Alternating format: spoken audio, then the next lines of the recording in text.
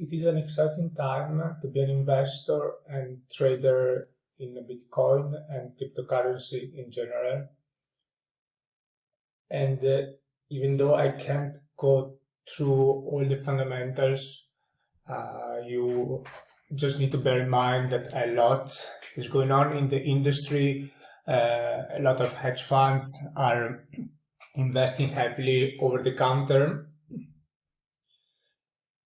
So you don't see that on exchanges, but big money or smart money are actually investing a lot behind the hood. They are probably buying directly from the miners, and they actually do this also to avoid slippage. Because imagine the liquidity on the exchanges, even on the main exchanges, is not that high, whereas the amount of bitcoins that come out from miners is way higher than that. And that's where the smart money go to buy. They agree on a certain price, they buy in bulk, they don't have to go through the hassle and security flows of exchanges, they keep everything offline, they rely on custodian solutions, and they accumulate, and of course, when we get to the point that the price goes up and up, they start selling. And this is what we can see here. We had a long bear market starting from the peak in January 2018, just after the insane bull run we had starting from the beginning of 2017. We went from $700 to 20K almost. The peak was, it was actually above 20K. And so obviously then a correction was due, and so this was a huge bubble also with all the ICO space and Ethereum and so on. Then obviously we were due for a correction that we had for a very long time, for basically the whole 2018 and then into 2019. In April 2019, specifically on April 1st, there was this pump. According to what I read, one single individual or institution poured in $100 million to make this pump, and it's just $1,000. From there, a lot of more interesting news, and the general interest has arose. Now also Google Trends for Bitcoin has started to gain interest again here when we actually reach 10K.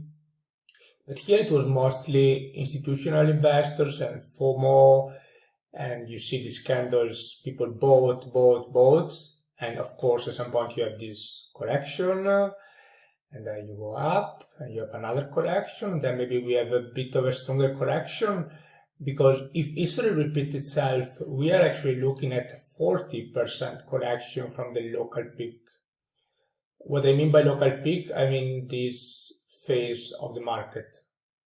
So since the start of the bull run, and if the peak of this phase is, let's say, about let me put, okay, it's locked, so if I put it here, okay, we start from there, and then we have minus 40%, we could expect a decrease to around $8,300. And as you can see, it's also this weekly level, so we actually bounced back here, and also here, basically the support turned into a resistance. Sorry, the other way around, the resistance here turned into support. And then we started lateralizing, and now the question is, what will happen next? So since the price is, you look at the lower time frames to be able to analyze what happens next, and the price trend whereas now it's kind of bearish because we actually formed lower lows here and then we started going a bit up, but it is really lateralizing. So you have a channel here going on, whose stop is around 12K. And we are right there. So then we go to the lower time frames. For example, we take the 4-hour chart, which is very handy in Bitcoin. Of course, every market has different time frames which work the best, but in crypto 4 hours is generally very good to get an idea of the trend and the patterns. So as you can see here, since the beginning of August, 1st of August, we had this rise back from this from the bottom of this initial correction. So we were at 14K. We moved with lower lows, which is bearish, at least in the short term, because we are on 4 hours here. And now we want to see, will this trend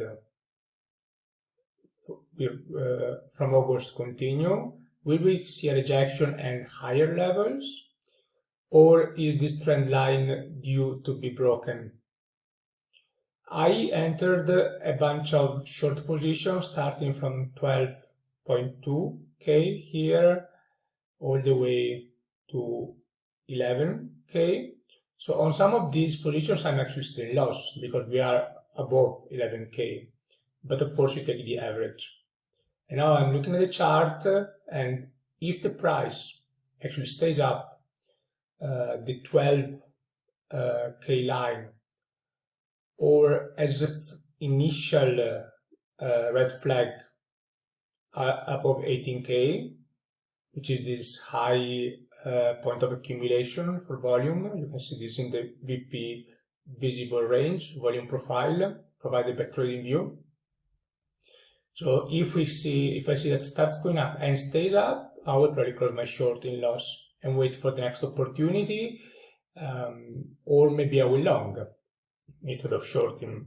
I already a couple of longs planned for this range from 10K, basically this previous resistance. And yeah, so there I will go long again, because I do expect that even if we go to a 40% correction, we are going to go up. And then I will pile up more longs in this area. So I'm basically following the trend, scaling in and out based on the price movement. And I will keep you up to date on that, of course, as soon as possible. I also want to highlight the fact that you see there are these spikes, these huge spikes, and this is why I'm actually trading without stops. Because when you are on BitMEX and leverage trading especially, even though I am trading 1x, I'm just using BitMEX because I got used to it. I could move to Binance. I could start using a bit bigger orders with minimum leverage to avoid the liquidation. But for now, I'm actually quite happy with this chart, with BitMEX, how it works, because I understand very well also how they hunt stops. This is a stop hunt. So you see, there is this 12K on the weekly that we saw before, which is a key level. So if you take out the spikes here on the daily, but this is a key level on the weekly, as we have seen. And people maybe are shorting from here, have shorted from here, they put a stop above, and they got stopped out by stop hunters. Because what whales do, people who have a lot of money and capability of moving the market, they are trying to get the market rebate. So basically they are filling market orders by people who have put a stop. And then these traders will be discouraged. They will think, okay, the price will go down and down, but then it goes up again. So it's actually a way to defy other people by these people with big pocket. And this is very important to take into account to be a successful trader.